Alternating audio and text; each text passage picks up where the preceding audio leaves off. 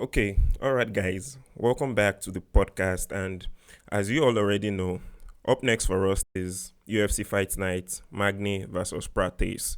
And in general, it's a mid card, so I'm not here to talk about the card.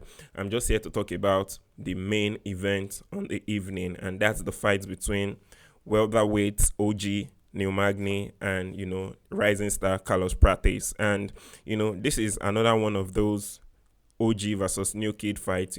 This is another fight to prove if the OGs are still ruling these divisions or if their time is past and it's time for the new kids now. And I'll just start out by saying Carlos Prates, very interesting fighter. And if I'm to list my favorite unranked fighters in the UFC right now, Carlos Prates is definitely sitting at the top of that list. Very interesting fighter, and my level of respect for him even went a bit higher after seeing his performance against Li Jingliang, the Leech. That was a masterclass performance from Carlos Prates on that night. And, I had my eyes on him for a while, but then after that fight, my respect for him just went up, a sizable amount. But then what I would not fail to mention is he hasn't really faced a serious level of competition since, joining the UFC.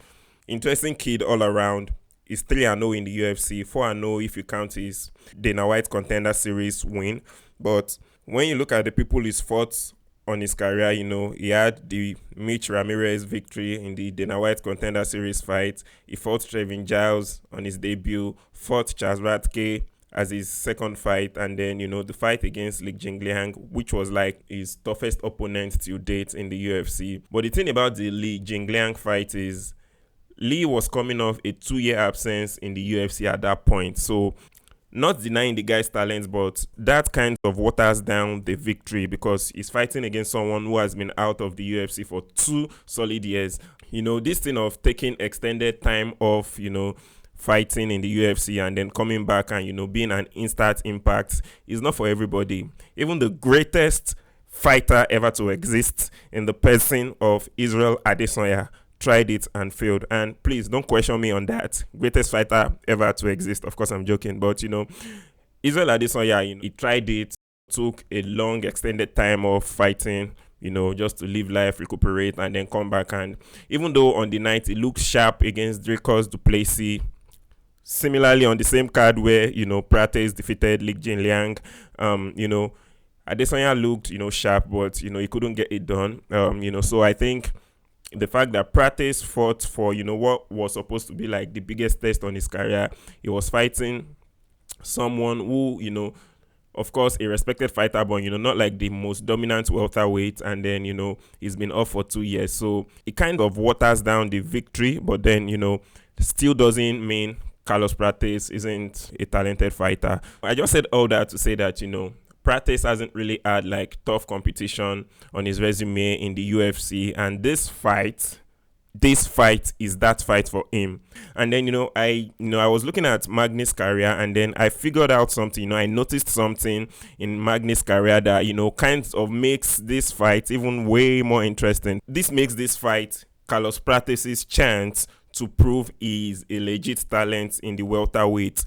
It's his chance to prove he is the guy everyone should be concerned about in the UFC. Definitely not the guy, but one of the guys, because the welterweight division has like quite a number of guys rising on the ranks right now that are really making a name for themselves and staking a claim for the throne. So like I said, I found something really interesting, and I'm going to call it the unspoken Neil Magny test.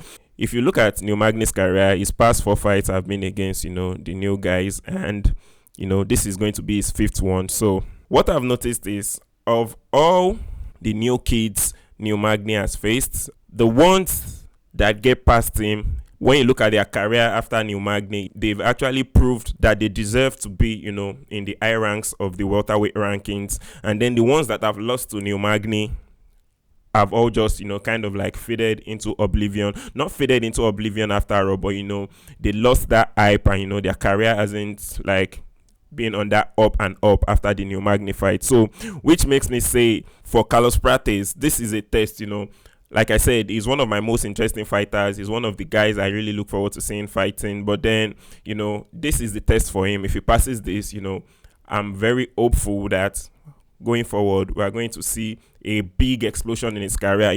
Let's just do it this way. Let's just look at, all the new guys that have tried to come into the welterweight division and have faced Neil Magny. So, I'll start first and foremost with Shavkat Rakhmonov, who submitted Neil Magny in the second round of their fight. That was 2 years ago, and right now, Shavkat has risen to become a title contender in the division. After Shavkat Rakhmonov, we move on to Philip Rowe. Before the fight against Magny, he was on a 3-fight winning streak, all knockouts, and then, he brought that momentum into the Neil Magny fight, and then Neil Magny won a decision victory over him, though it was a split decision, but then Neil Magny won a decision victory over him, and then after that, his other fight after that, he also lost to Jake Matthews. So, things haven't turned out so well for him after he lost to Neil Magny. You see what I'm trying to pick here. A fighter comes, defeats Neil Magny, career explodes. A fighter comes, loses to Neil Magny, it doesn't go so well for him. Then after Philip Rowe, we had the Machado Gary fight. Even though I hated Machado in that fight, I hated how he handled himself in that fight. It was just too, I know he was doing it for showmanship, but it was just too much. That was when I fell off the Machado Gary hype train. But then, all that aside, he won against Neil Magny, and from that point on, it's proven that he is also that guy in the UFC, that is not a fluke, he's not a punk. He passed the Neil Magny test. He went on to defeat Jeff Neal and then Michael Venom Page. So, after that fight, things have, turned out really well for him.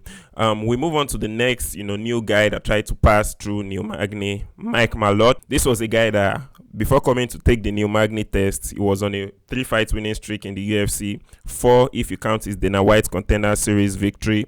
And, he came with that momentum into the fight and then lost by TKO to Neil Magny, and his stock kind of fell, particularly because, that fight was on the Canada card, and, bringing that hype into a fight in your own backyard and then losing like that. Of course, if he got on his next fight and he won against Trevin Giles, but then that loss to Neil Magny really did a number on his career. His stock really fell. Moving on from Mike Malott, we move to Michael Morales, and Michael Morales is currently 5-0 in the UFC, 6 if you count his Dana White Contender Series victory. And trust me, this guy is one for the future. He's only 25 years old, and so he has time on his side. I really love this guy.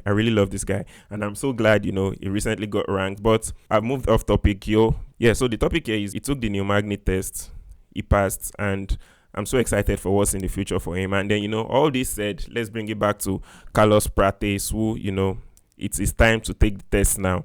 So for Carlos Prates, this is his time to prove that he is indeed a legit contender in this division. And, of course, if you get this win against Neil Magny, he breaks into the top 15. That's what this fight is for Carlos Prates. And I look forward to seeing how Carlos Prates handles himself against Neil Magny and how that affects his career moving forward in the UFC welterweight division. All right, that's it for the video. Thank you for listening. If you love this video, you can check this video on the screen right now. You're definitely going to love it. And, you can also just check through the channel and see some other videos that I believe you are going to love. See you in the next one. Bye.